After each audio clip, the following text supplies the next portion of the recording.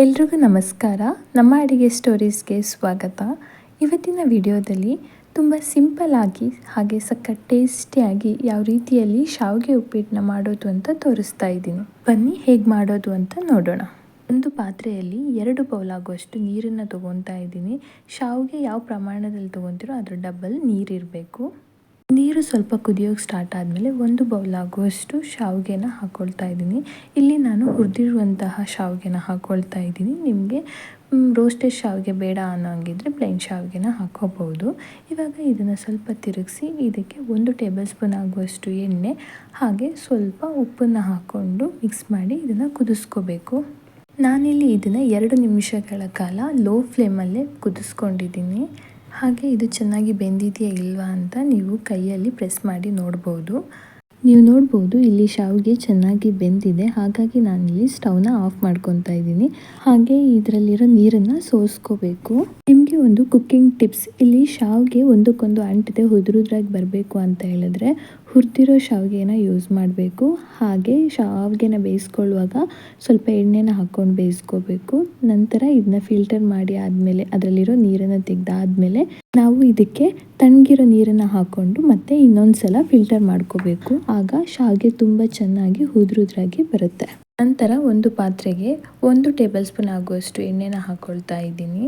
ಹಾಗೆ ಎಣ್ಣೆ ಬಿಸಿ ಆದ ನಂತರ 1/4 ಟೇಬಲ್ ಸ್ಪೂನ್ ಆಗುವಷ್ಟು ಸಾಸಿವೆನ ಹಾಕ್ಕೊಳ್ತಾ ಇದ್ದೀನಿ. ಸಾಸಿವೆ ಚಿಟಪಟ ಅಂತ ಸಿಡಿತಾ ಇರಬೇಕಾದ್ರೆ ನಾನಿಲ್ಲಿ 1/2 ಟೇಬಲ್ ಸ್ಪೂನ್ ಆಗುವಷ್ಟು ಕಡಲೆಬೇಳೆನ ಹಾಕ್ಕೊಳ್ತಾ ಇದ್ದೀನಿ. ಹಾಗೆ 1 ಟೇಬಲ್ ಸ್ಪೂನ್ ಆಗುವಷ್ಟು ಗುಂಡುದ್ದನ್ನು ಹಾಕ್ಕೊಳ್ತಾ ಇದ್ದೀನಿ. ಇವಾಗ ಇದನ್ನು ಚೆನ್ನಾಗಿ ಮಿಕ್ಸ್ ಮಾಡ್ಕೋಬೇಕು. ನಂತರ 2 ಹಸಿಮೆಣಸನ್ನು ಹಾಕ್ಕೊಳ್ತಾ ಇದ್ದೀನಿ. ನಿಮಗೆ ಖಾರ ಜಾಸ್ತಿ ಬೇಕು ಅಂದರೆ ಜಾಸ್ತಿ ಹಸಿಮೆಣಸನ್ನು ಹಾಕ್ಕೊಳ್ಳಿ. ಹಾಗೆ ಕರಿಬೇವು ಸೊಪ್ಪನ್ನು ಹಾಕ್ಕೊಳ್ತಾ ಇದ್ದೀನಿ. ಇವಾಗ ಇದನ್ನು ಸ್ವಲ್ಪ ಮಿಕ್ಸ್ ಮಾಡ್ಕೋಬೇಕು. ನಂತರ ಇದಕ್ಕೆ ಮೀಡಿಯಂ ಗಾತ್ರದ 1 ಈರುಳ್ಳಿನ ಕಟ್ ಮಾಡಿ ಹಾಕ್ಕೊಳ್ತಾ ಇದ್ದೀನಿ. ಹಾಗೆ 1 ಬೌಲ್ ಆಗುವಷ್ಟು ಕಟ್ ಮಾಡಿ ಇಟ್ಕೊಂಡಿರುವಂತಹ ಕ್ಯಾರೆಟ್ನ ಹಾಕ್ಕೊಳ್ತಾ ಇದ್ದೀನಿ. ನಂತರ 1 ಬೌಲ್ ಆಗುವಷ್ಟು ಕಟ್ ಮಾಡಿ ಇಟ್ಕೊಂಡಿರುವಂಥ ಬೀನ್ಸ್ನ ಹಾಕ್ಕೊಳ್ತಾ ಇದ್ದೀನಿ. ನಂತರ ನಾನಿಲ್ಲಿ ಬೇಯಿಸ್ಕೊಂಡಿರುವಂತಹ ಬಟಾಣಿನ ಹಾಕ್ಕೊಳ್ತಾ ಇದ್ದೀನಿ. ನೀವು ಹಸಿ ಬಟಾಣಿ ಇದ್ದರೆ ಹಸಿ ಬಟಾಣಿನೂ ಕೂಡ ಹಾಕೋಬಹುದು. ನಂತರ 1 ಬೌಲ್ ಆಗುವಷ್ಟು ಕಟ್ ಮಾಡಿ ಇಟ್ಕೊಂಡಿರುವಂತಹ ಕ್ಯಾಪ್ಸಿಕಮ್ನ ಹಾಕ್ಕೊಳ್ತಾ ಇದ್ದೀನಿ. ಇವಾಗ ಇದನ್ನು ಚೆನ್ನಾಗಿ ಮಿಕ್ಸ್ ಮಾಡಿಕೊಂಡು ಎಣ್ಣೆಯಲ್ಲಿ ಫ್ರೈ ಮಾಡ್ಕೋಬೇಕು. ನಾವು ಹಾಕಿರುವಂತಹ ಕ್ಯಾರೆಟ್, ಬೀನ್ಸ್ ಹಾಗೆ ಕ್ಯಾಪ್ಸಿಕಮ್ ಹಾಗೆ ಈರುಳ್ಳಿ ಎಲ್ಲವೂ ಚೆನ್ನಾಗಿ ಎಣ್ಣೆಯಲ್ಲಿ ಫ್ರೈ ಆಗಬೇಕು.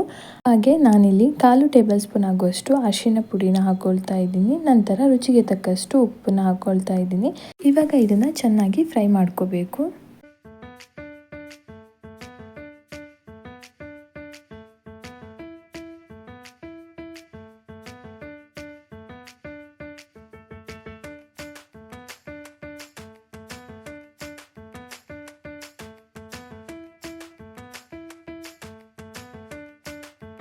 ಇವೆಲ್ಲವೂ ಚೆನ್ನಾಗಿ ಬೆಂದಾದ ನಂತರ ಸ್ಟವ್ನ ಆಫ್ ಮಾಡಿ ನಂತರ ಈಗಾಗಲೇ ಬೇಯಿಸ್ಕೊಂಡು ಫಿಲ್ಟರ್ ಮಾಡಿಟ್ಕೊಂಡಿರುವಂತಹ ಶಾವಿಗೆನ ಹಾಕ್ಕೊಂಡು ಚೆನ್ನಾಗಿ ಮಿಕ್ಸ್ ಮಾಡ್ಕೋಬೇಕು.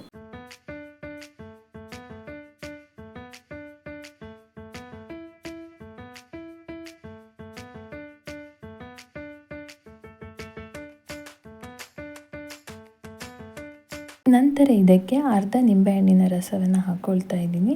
ಹಾಗೆ ಉಪ್ಪು ಸಪ್ಪೆಯಾಗಿದ್ದರೆ ನೀವು ಉಪ್ಪು ಕೂಡ ಸೇರಿಸ್ಕೋಬಹುದು.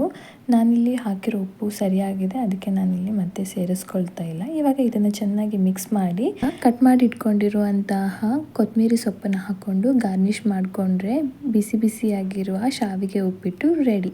ಶಾವಿಗೆನ ಬೇಯಿಸ್ಕೊಳ್ಳುವಾಗ ಶಾವಿಗೆ ಮತ್ತು ನೀರಿನ ಪ್ರಮಾಣ ಸರಿಯಾಗಿರಬೇಕು. 1 ಕಪ್ ಶಾವಿಗೆಗೆ 2 ಕಪ್ ನೀರನ್ನು ಹಾಕ್ಕೊಂಡು ಬೇಯಿಸ್ಕೋಬೇಕು. ಜಾಸ್ತಿಯಾಗಿ ಬೇಯಿಸ್ಕೊಂಡ್ರೆ ಶಾವಿಗೆ ತುಂಬ ಮೃದುವಾಗಿಬಿಡುತ್ತೆ. ಹಾಗೆ ಅದು ಉಂಡೆ ಉಂಡೆ ಆಗುತ್ತೆ. ಸೊ ಮಸಾಲೆ ಮಿಕ್ಸ್ ಮಾಡೋದಕ್ಕೆ ಅಥವಾ ತಿನ್ನೋದಕ್ಕೆ ಚೆನ್ನಾಗಿರಲ್ಲ.